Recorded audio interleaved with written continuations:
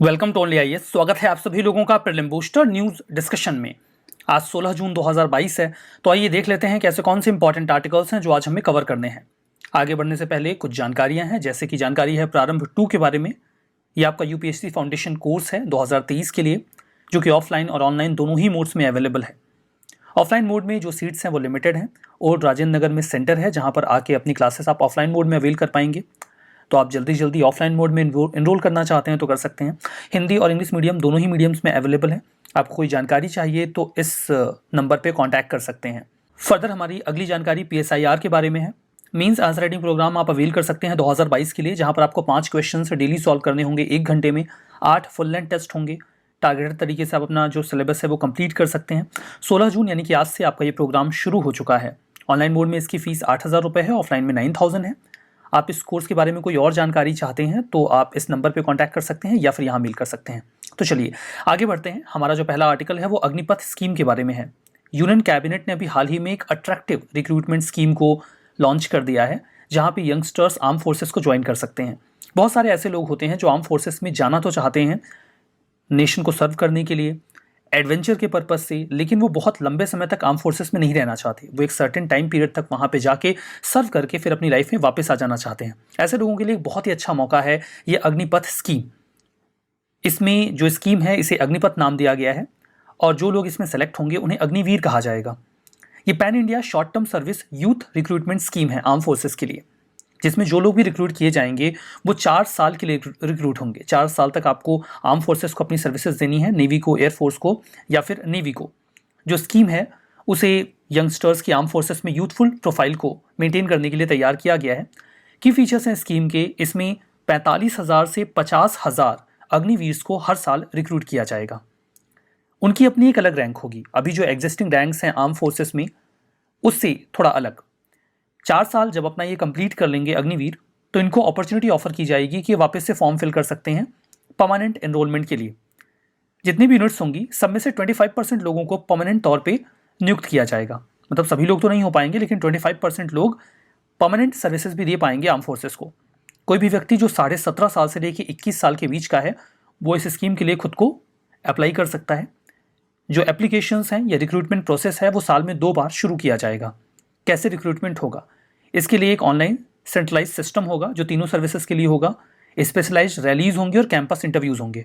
जो campus interviews होंगे वो इंडस्ट्रियल ट्रेनिंग इंस्टीट्यूट या फिर नेशनल स्किल क्वालिफिकेशन फ्रेमवर्क के जो इंस्टीट्यूट्स हैं वहीं पर कंडक्ट करवाए जाएंगे।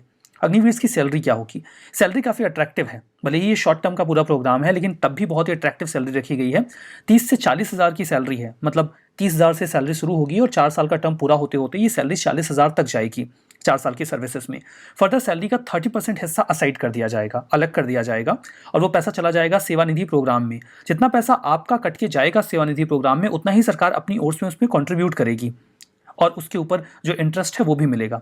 जब 4 साल की सर्विस खत्म हो जाएगी तो सोल्जर्स को 11.71 लाख रुपीज़ अराउंड ये अमाउंट मिल जाएगा। ये अमाउंट टैक्स फ्री होगा, मतलब पूरा का पूरा अमाउंट सोल्जर्स का होगा। इस अमाउंट के बाद वो आगे जो भी प्लान कर सकते हैं। कोई बिजनेस स्टार्ट करना चाहते हैं तो वो भी कर सकते हैं। इसके अलावा उन्हें 48 लाख का इंश्योरेंस कवर भी दिया जाएगा 4 सालों के लिए। इन केस वो शहीद हो जाते हैं या उनकी मौत होती है तो 1 करोड़ रुपए का पे आउट होगा, जिसमें उनकी अनसर्व टेन्योर की सैलरी भी इंक्लूड कर ली जाएगी। क्या इसके फायदे हैं? एक ट्रांसफॉर्मेटिव रिफॉर्म होगा जो रिक्रूटमेंट पॉलिसी होती है आर्म फोर्सेस का, उसके लिए। फर्दर जो यूथ्स हैं उनको एक यूनिक अपॉर्चुनिटी मिलेगी कि वो कंट्री को सर्व कर सकते हैं, नेशनल बिल्डिंग में कंट्रीब्यूट कर सकते हैं, और उन्हें ये लाइफ टाइम नहीं करना होगा, वो सर्टेन पीरियड के लिए देश को कंट्रीब्यूट कर सकते हैं। फाइनेंशियल पैकेज काफ़ी अट्रैक्टिव है। जो भी लोग इसे ज्वाइन करना चाहते हैं, फाइनेंशियल पैकेज ऐसा है कि इसे ज्वाइन करने को लेकर लोग अट्रैक्ट होंगे। हालांकि एक इसका फ्लिप साइड भी है। कई सारे लोग इसको लेकर विरोध भी कर रहे हैं, प्रोटेस्ट भी कर रहे हैं कि ये परमानेंट रिक्रूटमेंट की जगह ले लेगा, और जो रिक्रूटमेंट परमानेंट तौर पे होते हैं लाइफ टाइम के लिए, या जो भी टर्म होता है 20 ईयर्स या उसके बाद का जो एक्सटेंशन उसके लिए, वो नहीं होंगे। तो ये एक फ्लिप साइड है जिसको लेकर इस अग्निपथ स्कीम को कई सारे लोग क्रिटिसाइज भी कर रहे हैं। इसके खिलाफ थोड़े बहुत प्रोटेस्ट भी देखने को मिले हैं। तो ये तो रहा अग्निपथ स्कीम। हमारा जो नेक्स्ट आर्टिकल है वो United Nations office at Geneva के बारे में है। यूनियन कैबिनेट ने अभी हाल ही में एक प्रपोजल को अप्रूवल दिया है, जिसके तहत हम एक साइन कर रहे हैं एग्रीमेंट। साइन करते वक्त 2 पार्टीज इन्वॉल्व हैं। एक ओर तो गवर्नमेंट ऑफ इंडिया है, दूसरी ओर यूनाइटेड नेशंस है। ये एग्रीमेंट क्यों साइन हो रहा है? ये एग्रीमेंट साइन हो रहा है वे फाइंडिंग एप्लीकेशन के लिए। वे फाइंडिंग एप्लीकेशन एक एप्लीकेशन होगा जिसके माध्यम से हम रास्ता पता कर सकते हैं। ये एप्लीकेशन कौन बनाएगा? हम बनाएंगे। किसके लिए बनाएंगे? यूएन के लिए बनाएंगे। रास्ता कहाँ का पता किया जाएगा इसके जरिए हम रास्ता पता करेंगे पैलेस डेस नेशंस का। यूनाइटेड स्टेट्स का ऑफिस है ये जिनेवा में, यूएनओजी का ऑफिस है। ऑफिस में देखिए 5 बिल्डिंग्स हैं, 5 बिल्डिंग्स में कई सारे फ्लोर्स हैं। जब कोई डेलीगेशन वहां पे जाता है अलग अलग देशों का, तो इतनी कंफ्यूजन हो जाती है, पता नहीं चलता कि इसको जाना कहाँ है। आप अपार्टमेंट बिल्डिंग्स में गए होंगे, वहां कितनी सारी बिल्डिंग्स होती हैं, कितने सारे फ्लोर्स होते हैं, आप खुद कंफ्यूज हो जाते हैं। कंफ्यूजन ना हो उसके लिए प्रॉपर ब्लॉक्स डिवाइड किए जाते हैं, उनके फ्लोर्स डिवाइड किए जाते हैं। लेकिन उसके बाद भी आपके लिए किसी स्पेसिफिक लोकेशन पर जाना मुश्किल होता है, आपको किसी से पूछना पड़ जाता है, लोकेशन लेनी पड़ जाती है, गाइडेंस लेना पड़ जाता है। वैसे ही जब इस ऑफिस में डिग्निटरीज जाते हैं तो उन्हें लोकेशन को खोजने में काफ़ी दिक्कत होती है। ऐसी दिक्कत ना हो इसी के लिए इंडिया एक एप्लीकेशन डेवलप करेगा। जो लोकेशन है यूएनओजी की, ये पैलेस डेस नेशंस में है, स्विट्जरलैंड के जिनेवा में। पर्पस यही है, देखिए ये रिप्रेजेंटेटिव ऑफिस की तरह काम करता है, सेक्रेटरी जनरल जो जिनेवा का है उसके लिए। ये बिगेस्ट डिपार्टमेंट है न्यूयॉर्क में, जो यूनाइटेड नेशन सेक्रेटेरिएट है उसके बाहर ये बिगेस्ट डिपार्टमेंट है, जहाँ पे इतनी सारी बिल्डिंग्स या फ्लोर्स हैं। तो 5 बिल्डिंग्स में टोटल 21 फ्लोर्स हैं। बहुत बड़ी संख्या में जब डेलीगेट्स विजिट करते हैं मीटिंग्स या कन्वेंशंस के लिए, तो लोकेशंस पे पहुंचना मुश्किल होता है बिल्डिंग्स की कॉम्प्लेक्सिटी की वजह से और बहुत बड़े पार्टिसिपेशन की वजह से भी। तो इसके बाद अगर हम एक एप्लीकेशन डेवलप कर लेते हैं तो किसी व्यक्ति को सही लोकेशन पे पहुंचने में आसानी होगी। इंडिया ने इस प्रोजेक्ट को लिया है, जिसके तहत हम एक वे फाइंडिंग एप्लीकेशन डेवलप करेंगे। ये यूएनओजी का जो प्रीमाइस है उसमें नेविगेशन को फैसिलिटेट करेगा। ये यूजर्स को एनेबल करेगा कि वो रास्ता आसानी से ढूंढ लें 21 फ्लोर्स में। ये एंड्रॉइड और आईओएस दोनों पे वर्क करेगा। इसे इंडिया की ओर से डेवलप करेगा CDOT यानी कि centre for development of telematics. हमारा next article Maya technique of maze fortification के बारे में है। अभी हाल ही में एक स्टडी आई है जिसमें यह पाया गया कि माया सिविलाइजेशन के जो लोग थे वो मेज का फोर्टिफिकेशन करते थे। फोर्टिफिकेशन आज मॉडर्निटी में हम करते हैं, राइस का करते हैं और भी कई सारे ग्रेन्स का करते हैं, लेकिन ये फोर्टिफिकेशन की प्रक्रिया मायन सिविलाइजेशन में भी होती थी।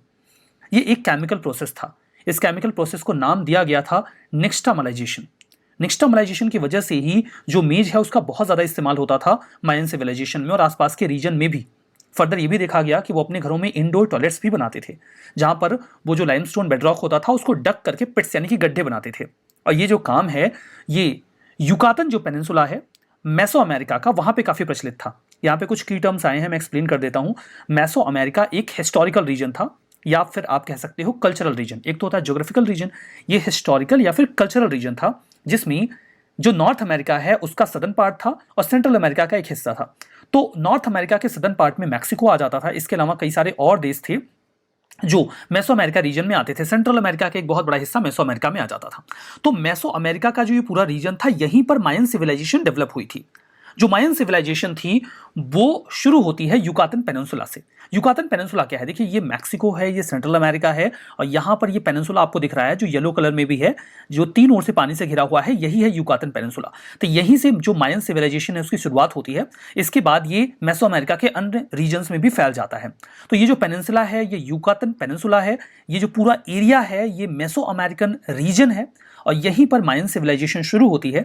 माया सिविलाइजेशन वर्तमान के कई सारे देशों में फैली हुई थी। अगर आप वर्तमान के लोकेशन में देखेंगे, जैसे कि ये मैक्सिको में थी, इसके अलावा बेलीज, गुआटेमाला, होंडुरास और कुछ हिस्सा इसका एल सल्वाडोर तक भी गया हुआ था। तो ये वर्तमान के देश हैं जहां तक मायन सिविलाइजेशन फैली हुई थी और यही लोग निक्स्टामालाइजेशन की तकनीक का इस्तेमाल करते थे जो मेज है उसके फोर्टिफिकेशन के लिए। मायन सिविलाइजेशन मेसो अमेरिकन सिविलाइजेशन थी, युकातन पेनिनसुला से शुरू होती है, ये मैं आपको बता चुका हूं। ये सदर्न मैक्सिको, गुआटेमाला, बेलीज, वेस्टर्न पोर्शन जो होंडुरास और एल सल्वाडोर का है वहां तक फैला हुआ था। लोकेशंस आप मैप में भी देख पा रहे हैं। इसके अलावा देखिए जो सिविलाइजेशन है इसे मॉन्यूमेंटल आर्किटेक्चर्स के लिए जाना जाता है। बहुत खूबसूरत आर्किटेक्चर्स इन्होंने बनाए। फर्दर मैथमेटिक्स और एस्ट्रोनॉमी इनकी बहुत ज़्यादा डेवलप थी। ये जो सिविलाइजेशन है ये 600 से 800 एडी के बीच में बहुत ज़्यादा फ्लरिश हुई। फर्दर 800 से 950 एडी के बीच में, इन 150 सालों में इसका डिमाइज शुरू हुआ। ये सिविलाइजेशन जो शहरों में थी, लोगों ने शहरों को छोड़ना शुरू कर दिया। अभी भी कई तरीके की थियरीज आती हैं कि आखिर ऐसा हुआ क्यों। धीमे धीमे ये क्लासिक माया सिविलाइजेशन कोलैप्स कर गई। बात करते हैं निक्स्टामालाइजेशन टेक्निक के बारे में जो मायाज इस्तेमाल करते थे। निक्स्टामालाइजेशन एक ऐसी तकनीक है, एक ऐसी प्रक्रिया है जिसके माध्यम से वो मेज का फोर्टिफिकेशन करते थे। इसमें होता क्या था कि मेज यानी कि मक्के के जो दाने होते हैं उन्हें पहले भिगोया जाता था और उसके बाद उन्हें उबाल दिया जाता था। उबालने के बाद उन्हें एक अल्कलाइन सोल्यूशन में डुबोया जाता था, जिसके बाद वो ज़्यादा प्लेटेबल यानी कि स्वादिष्ट हो जाता था, न्यूट्रिशियस हो जाता था और नॉन टॉक्सिक हो जाता था। अक्सर इसमें देखिए कुछ कई तरीके के फंगस आ जाते हैं जो मेज को खराब कर देते हैं, तो इससे नुकसान होता है। देखिए जो निक्स्टामालाइजेशन है ये 2 शब्दों से मिलकर बना है, दैट इज नेक्स्टली। जो नेक्स्टली है इसका मतलब होता है ऐश यानी कि राख, और इसके अलावा है तामली तामली का मतलब होता है गुथा हुआ आटा, ठीक है। तो एक्चुअली में इसे शोक कर लेने के बाद और कुक कर लेने के बाद फिर गूंथ के नए ग्रेन्स तैयार कर लिए जाते थे। तो निस्टमलाइजेशन की जो तकनीक है, इससे जो ग्रेन्स होते थे वो ज़्यादा न्यूट्रिशियस हो जाते थे। जो मेज है वो प्राइमरी क्रॉप हुआ करती थी अमेरिकाज में, इसे कल्टीवेट किया जाता था, बहुत लंबे समय से कल्टीवेट किया जा रहा है, लेकिन निस्टमलाइजेशन की वजह से ही ये काफ़ी रीजन में फैल जाती है। इसमें जो मेज है, देखिए जो प्रोसेस होता था, इसमें अमीनो एसिड, कैल्शियम और विटामिन B2 से इनरिच कर दिया जाता था इस पूरे मेज को, जिससे ह्यूमन बॉडी की जो नीड होती है वो पूरी हो जाती थी। सर्टेन जो माइकोटॉक्सिन्स होते हैं जो फंगी से आ जाते हैं, वो भी इससे निकल जाते थे, तो हेल्दी हो जाता था पूरा जो मेज है। फर्दर अगर ये ट्रीटमेंट ना किया जाता निस्टमलाइजेशन का, तो उस समय के लोगों में कई तरह की बीमारियां हो सकती थी, जैसे कि पेलाग्रा जो विटामिन B2 की डेफिशिएंसी से होता है, कैल्शियम डेफिशिएंसी या माइकोटॉक्सिन पॉइजनिंग, ये प्रॉब्लम हो सकती थी। लेकिन ये जो फोर्टिफिकेशन था निस्टमलाइजेशन का, ये इन सब चीज़ों से बचा लेता था। तो ये आपने समझ लिया। हमारा next article air quality life index के बारे में है। इन्वायरमेंट को लेकर हम सचेत होते नहीं हैं जब तक हमें यह समझ में ना आए कि इससे हमारी जान खतरे में है। एयर क्वालिटी लाइफ इंडेक्स यही बताता है कि जो एयर पोल्यूशन है वो कैसी हमारी जान को खतरा पैदा कर रहा है। इसे प्रोड्यूस किया जाता है एनर्जी पॉलिसी इंस्टीट्यूट के द्वारा, जो यूनिवर्सिटी ऑफ शिकागो में है, एपिक के द्वारा। तो यहां पर देखिए लिंक किया जाता है एयर क्वालिटी को या एयर पोल्यूशन को ह्यूमन लाइफ के साथ, कि अगर आप एयर पोल्यूशन फैलाते हैं तो जीवन पे क्या प्रभाव पड़ रहा है, हमारी लाइफ एक्सपेक्टेंसी को ये कितना घटा रहा है। इसके माध्यम से जो पॉलिसी मेकर्स हैं वो डिसाइड कर सकते हैं कि उन्हें कौन से कदम उठाने हैं, जो कदम अभी तक उठाए गए हैं वो कितने कारगर हैं, और कौन से ऐसे कदम और उठा के वो लोगों की लाइफ एक्सपेक्टेंसी या जीवन को बढ़ा सकते हैं। फाइंडिंग्स में ये मिला कि ग्लोबल लेवल पे पोल्यूशन की वजह से लाइफ एक्सपेक्टेंसी 2.2 ईयर्स घटी है। अगर लोग 60 साल जीने वाले थे तो अब वो 57.8 ईयर्स ही जिएंगे। ये सिचुएशन इंडिया में ज़्यादा खराब है। अगर आप कंपैरिजन करें तो देखिए, कुछ और कंपैरिजन यहां पे दिया गया है, इंडिया पे पहुंचेंगे, पहले वो देखिए। 2.2 ईयर की लाइफ एक्सपेक्टेंसी का कम होना ड्यू टू एयर पोल्यूशन, ये उतना ही है जितना स्मोकिंग से कम होता है। अल्कोहल यूज से जो लाइफ एक्सपेक्टेंसी कम होती है, ये उसका 3 गुना ज्यादा है, अल्कोहल यूज और अनसेफ वाटर के। HIV एड्स से जो खतरा होता है जान को, लाइफ एक्सपेक्टेंसी जितनी उससे कम होती है, ये उसका 6 गुना ज्यादा है। और कॉन्फ्लिक्ट और टेररिज्म में जो जाने जाती है लाइफ एक्सपेक्टेंसी उससे जो कम होती है, उसका 89 टाइम्स ज्यादा है। मतलब एयर पोल्यूशन कम खतरनाक नहीं है। इंडिया की बात करें तो इंडिया की सिचुएशन बहुत ज्यादा खराब है। एयर पोल्यूशन यहाँ पे काफी सीवियर है। यहां पर ही लाइफ एक्सपेक्टेंसी को 5 साल कम कर दे रहा है।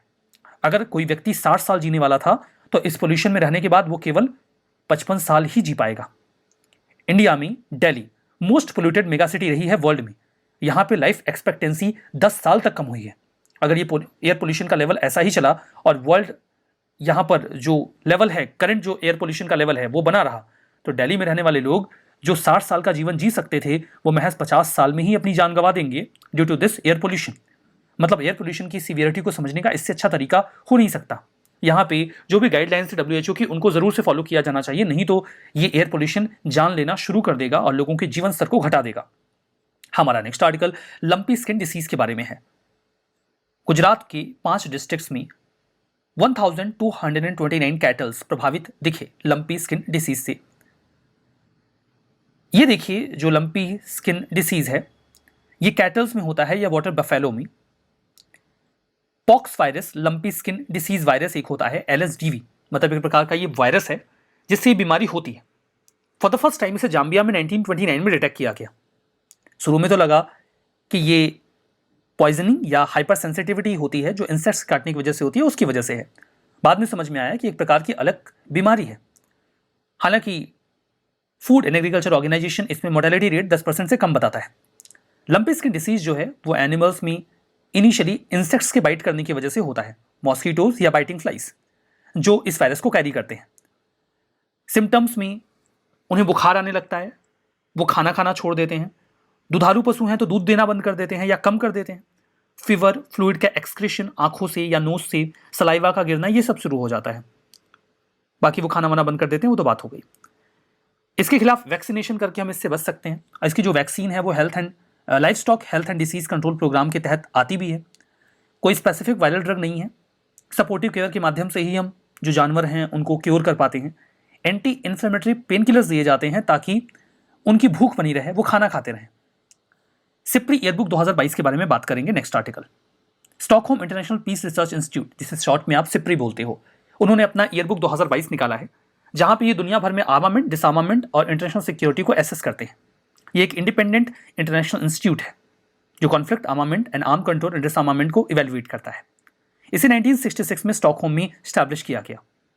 ये डेटा एनालिसिस रिकमेंडेशंस देता है। ये सभी रिकमेंडेशंस ओपन सोर्सेस पर बेस्ड होती हैं और ये recommendations policy makers, researchers, media और इंटरेस्टेड लोगों के लिए होती हैं। हाइलाइट्स में क्या निकल के आया? 9 nuclear armed states, United states, Russia, UK, France, China, India, Pakistan, Israel और नॉर्थ कोरिया, ये सभी लोग अपने न्यूक्लियर आर्सेनल्स को मॉडर्नाइज कर रहे हैं, ज़्यादा खतरनाक बना रहे हैं। इंडिया के पास 2022 में 160 न्यूक्लियर वॉरहेड्स हैं। 2021 में ये महज 156 थे। मतलब इंडिया ने अपने न्यूक्लियर आर्सेनल्स की संख्या बढ़ाई है। ध्यान दीजिएगा, इंडिया कोई ऑफिशियल डेटा नहीं देता। ये इन्हें ऐसा लगता है कि इंडिया ने ये नंबर्स इंक्रीज किए हैं, उसी के बेसिस पे जो ओपन सोर्सेस हैं उसी का इस्तेमाल करके ये डेटा दे रहे हैं। 5 लार्जेस्ट आर्म एक्सपोर्टर्स रहे, ये क्वेश्चंस आते हैं। United states, Russia, France, China, Germany सबसे टॉप पे है एक्सपोर्टर्स में आर्म्स के। 2017 से 21 के बीच का डेटा है ये। यूएस है, देन रशिया है, देन फ्रांस, चाइना, जर्मनी। और 5 लार्जेस्ट इंपोर्टर्स हैं। इंडिया अभी भी टॉप पे है आर्म्स इंपोर्ट में।